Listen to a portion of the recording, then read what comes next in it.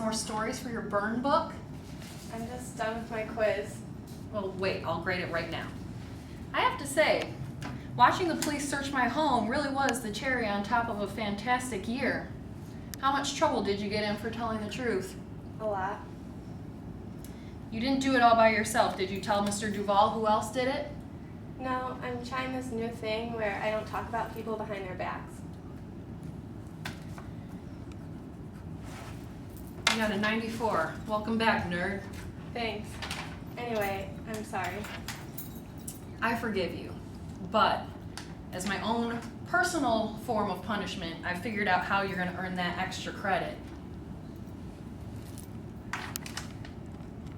We are now ready to begin the third round of the Mathlete competition. The third round consists of 3 questions. Each school may select one member to compete on their behalf. Members, go consult with your team.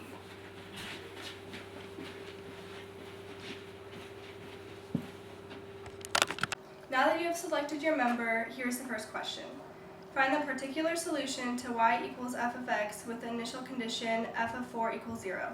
dy dx equals y minus 5 over x squared.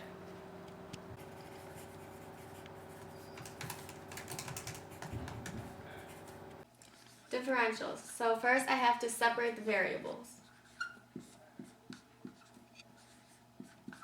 Then I have to get all the y's on one side and all the x's on the other side.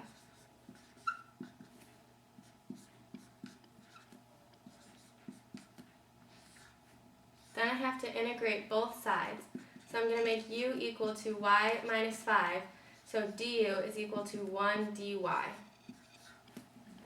So this will be the integral of 1 over u du equals negative 1 over x plus c.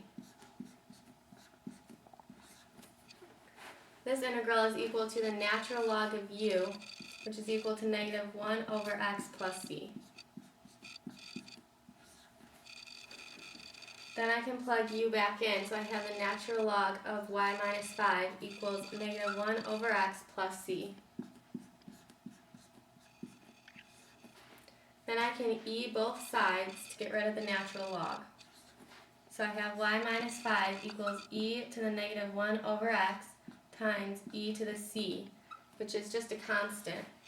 So I can then rewrite it as y minus 5 equals c times e to the negative 1 over x. Then I can use my initial condition to plug the point in and solve for c. So I have negative 5 equals c times e to the negative 1 over 4. C is then equal to negative 5 over e to the negative 1/4. C is equal to negative 5 times e to the 1/4. Then when I plug this back in, I get y equals negative 5 e to the 1/4 times e to the negative 1 over x plus 5. So f of x is equal to 5 minus 5e to the negative to the 1/4 times e to the negative 1 over x. Rewriting this, I can get f of x is equal to 5 minus 5 times e to the 1/4 minus 1 over x.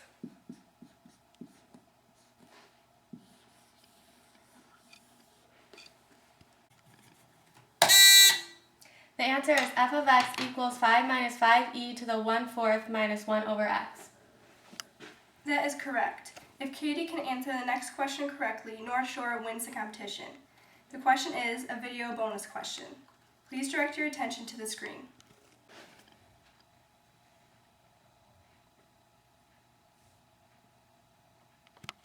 In the video, a diver is performing a front 2.5 pike off the 1 meter springboard above a pool that is 4.5 meters deep.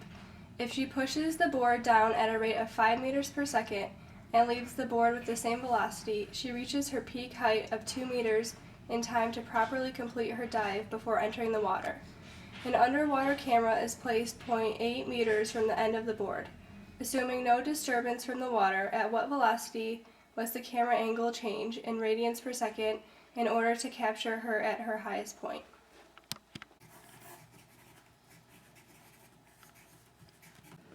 So the first thing I did was draw a picture.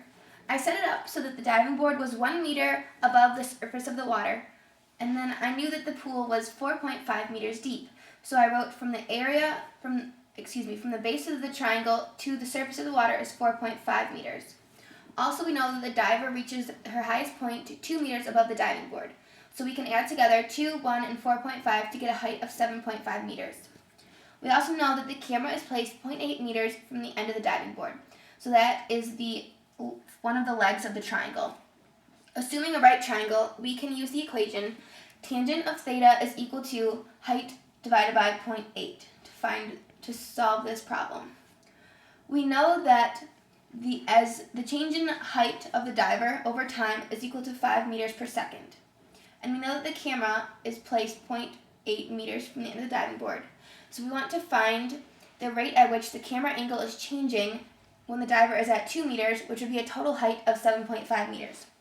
So the first thing that you do is you set up the equation tangent of theta is equal to h divided by 0.8, and you find the derivative of both sides.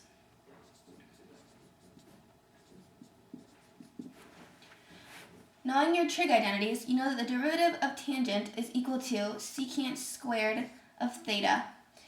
But since theta is not in the argument we used, we have to do times d theta dt and set that equal to, before actually taking the derivative, of d dt h divided by 0.8. Now we'll work on the other side. Secant squared of theta d theta dt is equal to 1 over 0.8, taking out the constant, times the derivative of h. Continuing to work on that side, you can rewrite it as secant squared of theta of d theta dt is equal to 1 over 0.8 times dh dt. This is good news since we're given the amount for dh dt at this point in time. Next, you solve for d theta dt. So d theta dt is equal to 1 over 0.8 secant squared of theta, since we divided both sides by secant squared, times dh dt. Since secant squared is in the denominator, we can move that up to the numerator as cosine squared. So d theta dt is equal to cosine squared of theta divided by 0.8 times dh dt. Now let's plug in the numbers that we're given. D theta dt is equal to 0.8 over 7.543 squared divided by 0.8 times 5. Now, in order to get the value for cosine squared of theta, I did a Pythagorean theorem. Drawing a triangle, you can see that since we're given the one leg as 0.8, the other leg as 7.5, if you do a squared plus b squared equals c squared, you can solve for the third side to equal 7.543. Plugging that into the cosine equation, you get 0.8 over 7.543, and we square it since it's cosine squared. Now, using my calculator, I plugged in all the numbers and got that d theta dt is equal to 0.070, rounding to 3 decimal places, radians per second.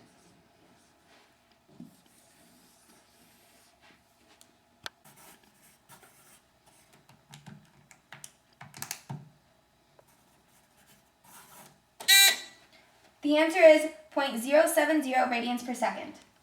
That is correct, and it seems that we have a tie. In the event of a tie, we move into a sudden death round. Alright, contestants, find the limit as x approaches 0 of natural log of 1 minus x minus sine of x all over 1 minus cosine squared of x.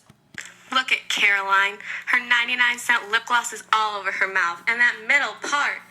Wait. Making fun of Caroline Kraft wouldn't stop her from beating me in this contest. And ruining Regina George's life definitely didn't make me any happier. All you can do in life is try to solve the problem that's in front of you. The limit is -1. Oh shoot, I lost. That answer is incorrect. Limits. Why couldn't I remember anything about limits? Limits. That was the week that Aaron got his hair cut. Oh God, he looked so cute. What was on the board behind Aaron's head? Okay, the limit as x approaches 0 of the natural log of 1 minus x minus sine of x over 1 minus cosine squared of x. I know that this is an identity, which is sine squared of x.